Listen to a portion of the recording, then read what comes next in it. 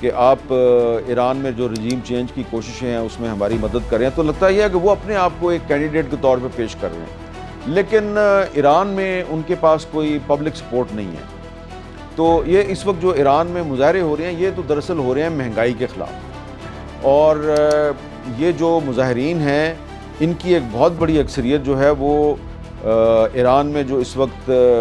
حکومت کی پالیسیاں ہیں اس سے کافی ناراض نظر آتے ہیں۔ لیکن ہم یہ نہیں کہہ سکتے کہ یہ اگر امریکہ اور اسرائیل کی مدد سے وہاں پہ کوئی رجیم چینج ہوتی ہے تو یہ اس کو بھی ویلکم کہیں گے، یہ اس کی بھی حمایت کریں گے۔ تو اس وقت بڑی ٹرکی سچویشن ہے، اور اگر یہ جو اس وقت ایران کے 100 سے زیادہ شہروں میں جو مظاہرے ہو رہے ہیں ان کے نتیجے میں حکومت پہ بہت زیادہ پریشر آتا ہے اور کوئی حکومت کا چہرہ تبدیل ہو جاتا ہے، تو فوری طور پہ ہم یہ نہیں کہہ سکتے کہ ایک پرو امریکہ یا پرو اسرائیل حکومت جو ہے وہ ایران میں آ جائے گی، کیونکہ ایران کے عوام جو ہیں وہ پچھلی 2 نسلوں سے ان میں اینٹی امریکنزم اور اسرائیل کی مخالفت جو ہے وہ کوٹ کوٹ کے بھری ہوئی ہے۔ اب یہ ہو سکتا ہے کہ امریکہ اور اسرائیل مل کر کوئی وہاں پہ ایسا آپریشن کریں جس طرح کہ انہوں نے وینزویلا میں کیا ہے، کہ وہ وہاں پر کچھ ٹارگٹ کلنگز کریں،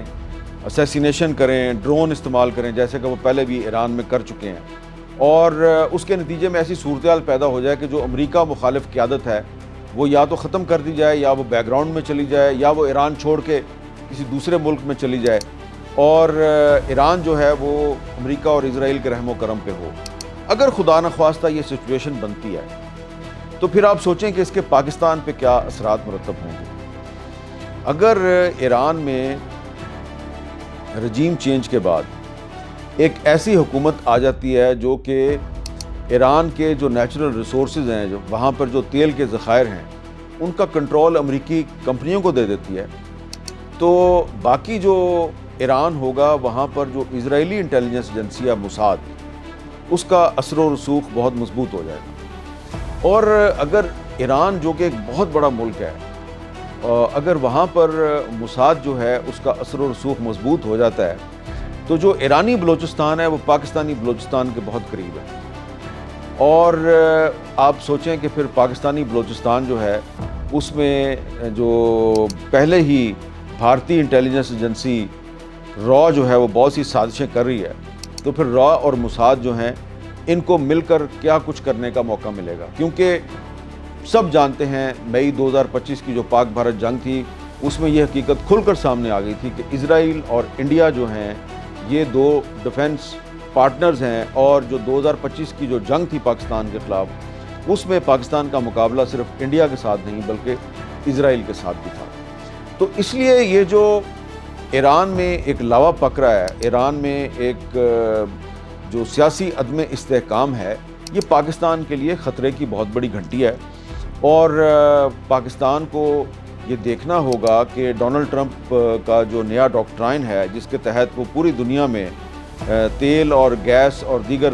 نیچرل ریسورسز جو ہیں اس پر قبضہ کرنے کی کوشش کر رہے ہیں، تو اگر وہ ایران تک پہنچ جاتے ہیں تو پھر اس کے پاکستان پہ کیا اثرات مرتب ہوں گے۔ بظاہر آج کل ٹرمپ اور پاکستان کے ارباب اختیار کے درمیان تعلقات بہت اچھے ہیں، اور پاکستان کے ارباب اختیار کا خیال ہے کہ ٹرمپ اور Indian prime minister Narendra Modi کے تعلقات بڑے خراب ہیں، اس لیے ہمیں گھبرانے کی ضرورت نہیں ہے۔ لیکن ہمیں اس چیز کا خیال رکھنا چاہیے کہ کچھ سال پہلے ایک انڈین جاسوس تھا کلبھوشن جادیو، وہ ایران کے راستے سے پاکستان آیا تھا، اور اس کو جب پاکستانی حکام نے گرفتار کیا تو اس نے یہ بتایا تھا کہ انڈین انٹیلیجنس ایجنسی را جو ہے وہ پاکستان کو ڈی سٹیبلائز کرنے کے لیے بہت سی سازشیں کرتی ہے، افغانستان کے راستے سے بھی کرتی ہے لیکن ایران کے راستے سے بھی کرتی ہے۔ تو آپ سوچیں کہ اس وقت تو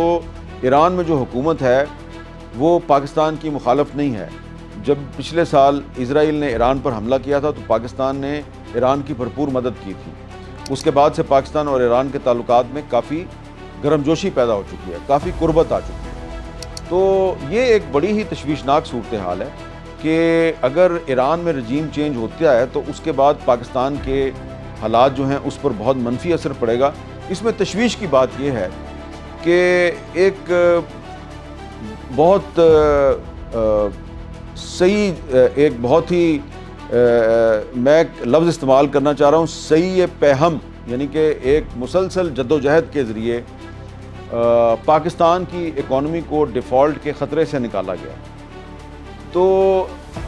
پاکستان ڈیفالٹ کے خطرے سے نکل گیا، آہستہ آہستہ پاکستان میں فورن انویسٹمنٹ آنی شروع ہو گئی ہے۔ آپ نے دیکھا کہ پچھلے دنوں پی ایس ایل کی جو 2 ٹیمیں ہیں ان کو خریدنے کے لیے اسلام آباد میں آکشن ہوا، اس میں بھی امریکہ سے، آسٹریلیا سے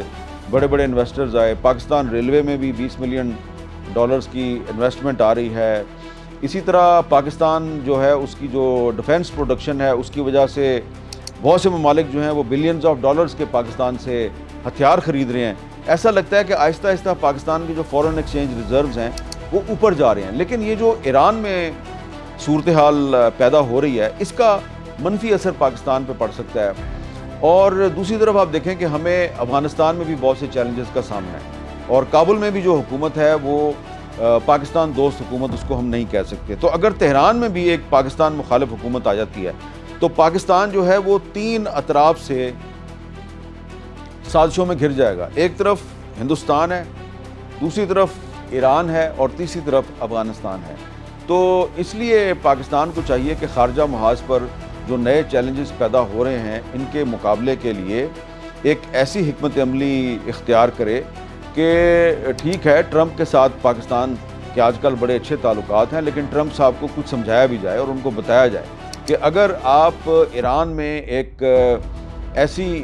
رجیم چینج کریں گے، ایک ایسی حکومت لے کے آئیں گے جس کے کہ اسرائیل کے ساتھ بہت اچھے تعلقات ہوں گے، تو اس کے نتیجے میں اسرائیل جو ہے وہ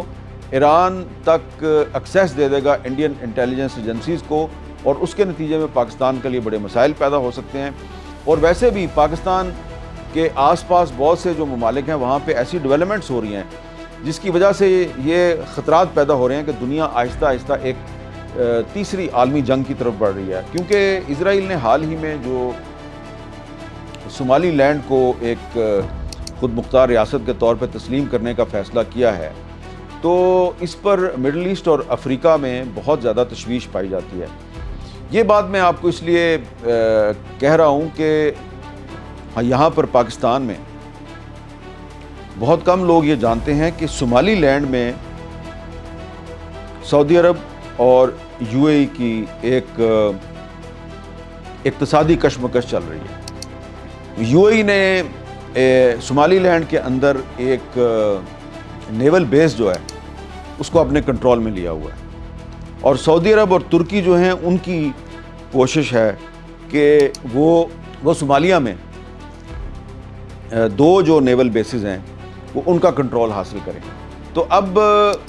صومالیہ یہ کہتا ہے کہ صومالی لینڈ جو ہے وہ تو ہمارا ہی حصہ ہے، لیکن صومالی لینڈ نے 1991 میں اپنی جو انڈیپینڈنس ہے اس کا اعلان کر دیا تھا۔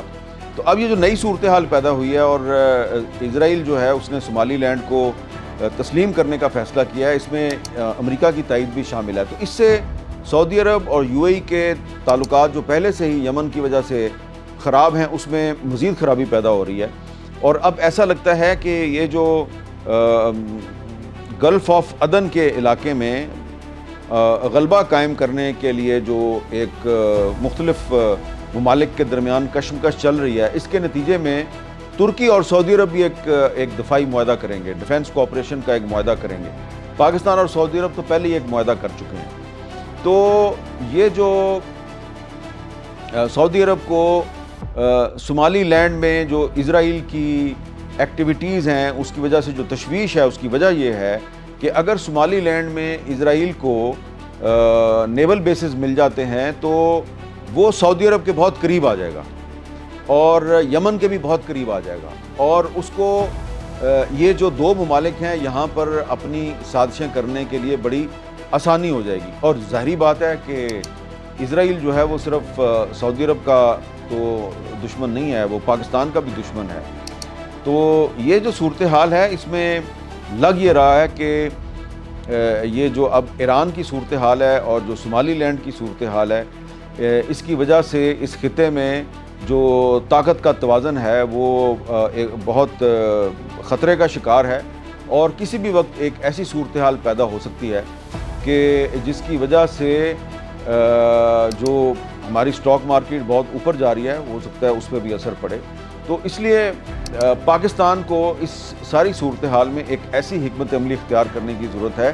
کہ یہ جو مختلف ممالک کے درمیان تیل کے اور گیس کے ذخائر پہ کنٹرول قائم کرنے کے لیے جو ایک کشمکش شروع ہو گئی ہے اور اس میں امریکہ کا بہت اہم کردار ہے، تو ہمیں کوشش کرنی چاہیے کہ ایران میں ڈی اسٹیبلائزیشن نہ ہو اور ایران میں بائی ہک اینڈ کروک جو ایک رجیم چینج کرنے کی کوشش ہو رہی ہے تو پاکستان کو اس کوشش کو ڈسکریج کرنا چاہیے اور ساتھ ہی ساتھ پاکستان کو چاہیے کہ اپنے ملک کے اندر بھی سیاسی استحکام پیدا کرے، کیونکہ جو ہمارے ہمسائے میں ہو رہا ہے وہ آپ اس سے اتفاق کریں گے کہ اچھا نہیں ہو رہا، اور جب آپ کے ہمسائے میں گڑبڑ ہو تو پھر آپ کو جو اپنا گھر ہے، اپنے گھر میں جو ایک دوسرے کے ساتھ تعلقات ہیں وہ بہتر بنانے کی ضرورت ہے. سمجھ آپ کو آگی ہوگی میں کیا کہنا چاہ رہا ہوں. بار بار جو ہے وہ نام لے کے تو نہیں کہنا ضروری کہ بھئی اس کے اور اس کے تعلقات ٹھیک کیے جائیں، بس اتنا ہی کافی ہے. ہمسائے میں بہت گڑبڑ ہے، اپنے گھر کو ٹھیک کریں. بہت بہت شکریہ.